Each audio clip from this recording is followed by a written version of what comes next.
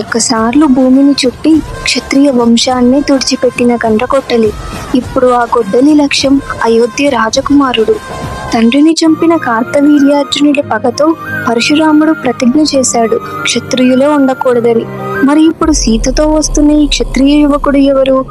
పరశురాముడు రాముడి ముందుకు కోపంగా వచ్చి, రామా, శివధనస్సు విరిచావు కదా, ఈ వైష్ణవ ధనస్సు ఎక్కువ పెట్టగలవా అని అడిగాడు.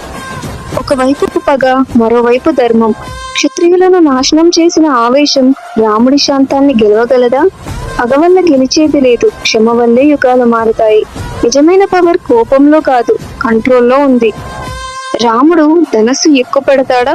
పరశురాముడి పగ చల్లారుతుందా? ఈ మహాసంఘర్షణలో గెలిచేదెవరు?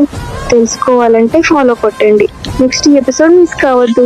ఒక్కసార్లు భూమిని చుట్టి క్షత్రియ వంశాన్ని తుడిచిపెట్టిన గండ్రగొడ్డలి ఇప్పుడు ఆ గొడ్డలి లక్ష్యం అయోధ్య రాజకుమారుడు.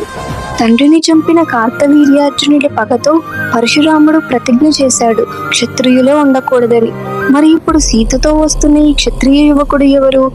పరశురాముడు రాముడి ముందుకు కోపంగా వచ్చి, రామా, శివధనస్సు విరిచావు కదా, ఈ వైష్ణవ ధనస్సు ఎక్కువ పెట్టగలవా అని అడిగాడు.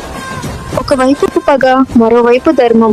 క్షత్రియులను నాశనం చేసిన ఆవేశం రాముడి శాంతాన్ని గెలవగలదా? పగ వల్ల గెలిచేది లేదు, క్షమ వల్లే యుగాలు మారుతాయి.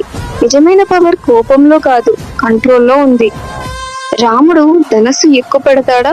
పరశురాముడి పగ చల్లారుతుందా? ఈ మహాసంఘర్షణలో గెలిచేదెవరు? తెలుసుకోవాలంటే ఫాలో కొట్టండి. నెక్స్ట్ ఎపిసోడ్ మిస్ కావద్దు.